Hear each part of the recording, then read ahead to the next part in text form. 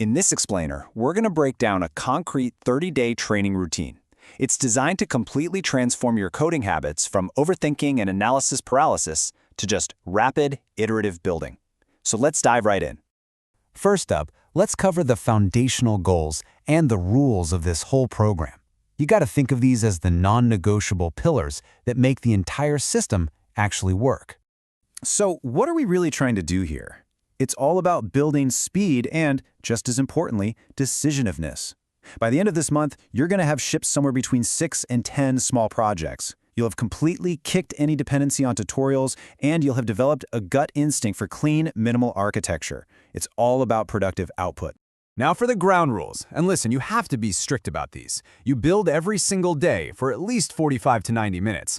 Planning is capped max 15 minutes, no more. You have to deploy something new every 3 to 4 days, and you stick to one tech stack for the entire month. And this is critical. Everything you do is public on GitHub. That's your accountability. Okay, let's get into the first week. Phase 1 is purely about building raw speed and demolishing that fear of starting. It's a 7-day sprint designed to build momentum and just shatter that cycle of perfectionism. The guiding philosophy, the mantra for this whole phase is simple, but it is powerful. Output is always greater than perfection. The only goal is to get things done and get them live. We can worry about polishing way later.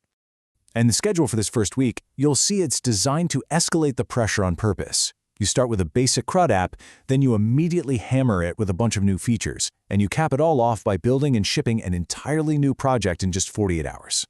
So in days 1 through 3, you build that classic to-do app with a database and auth. But look, the app itself isn't the point, it's the process. This is where you learn to make fast, irreversible decisions about your database schema. And most importantly, you deploy it right away.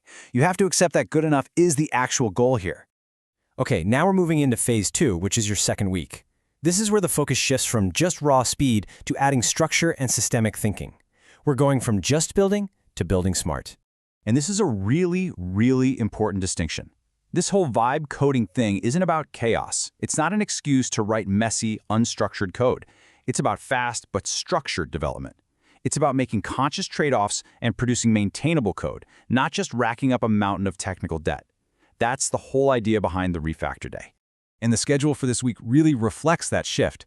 You start with a core architectural challenge, user roles and permissions, then you dedicate real time to refactoring and cleaning up your work, and you finish the week by integrating an external API, like an AI service. So for days 8 to 10, the task is a mini SaaS project. You're going to build distinct admin and user roles with certain features that are only visible to admins. This is going to force you to learn critical concepts like row-level security, manage complex application state, and really start thinking seriously about edge cases. All right, in phase 3, we level up again. During this third week, we're moving beyond just the technical side of things and into the world of product thinking. We're actually trying to solve real problems for real users. Think of this whole phase as a mini product lifecycle. You're going to build a complete slice of a microsauce, then you'll spend time refining its performance and the developer experience, and then, and this is huge, you put it in front of real people and start iterating based on what they tell you. So this 3-day challenge, it's intense. You pick an idea, something like an invoice generator, and you build out all the core infrastructure, auth, database, you even mock up a payment flow. But the whole time, you have to be constantly asking yourself this one question: what is the absolute core problem I am trying to solve? It forces a ruthless focus on user value. Days 19 and 20 are all about proving that speed and quality are not enemies. This is where you take the project you just built and you make it better. You optimize queries, you hunt down errors, you implement proper logging. You are literally combining that rapid vibe with true quality craftsmanship. And that brings us to the final and definitely the most demanding phase, mastery. This is where all the skills you've been building, the speed, the systemic thinking, the product focus, they all get integrated to tackle one single meaningful project. This final week is basically a simulation of a full professional development cycle. You'll get 4 days of pure focused building. Then you'll use AI to assist in a code review, followed by a day for a hard refactor based on that review, and then a final day for some really deep reflection on the entire month. The capstone project is so simple but so profound. Build a tool that solves a real problem you personally face in your daily work. This isn't a toy app. The whole point is to apply all your new skills to something that has tangible, real-world relevance. That's how you make the lessons stick. The final day is all about an honest self-assessment. You have to ask yourself some tough questions. How fast can I really start a project from scratch now? How long does it actually take me to get my first deployment out the door? Where am I still wasting time? And where did I slip back into that trap of unnecessary perfectionism? This final analysis is what really locks in the transformation.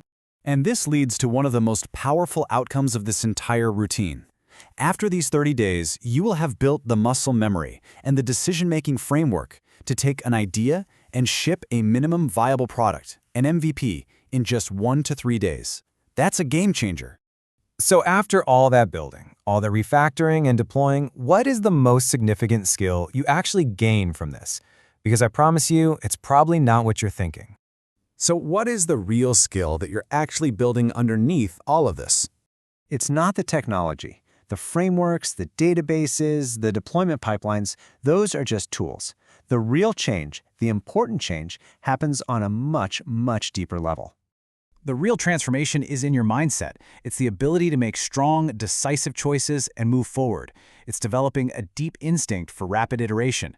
It's a fundamental pragmatism that just prioritizes shipping value over everything else. And ultimately, it's the learned ability to consistently generate a state of productive flow on demand. That is the true goal.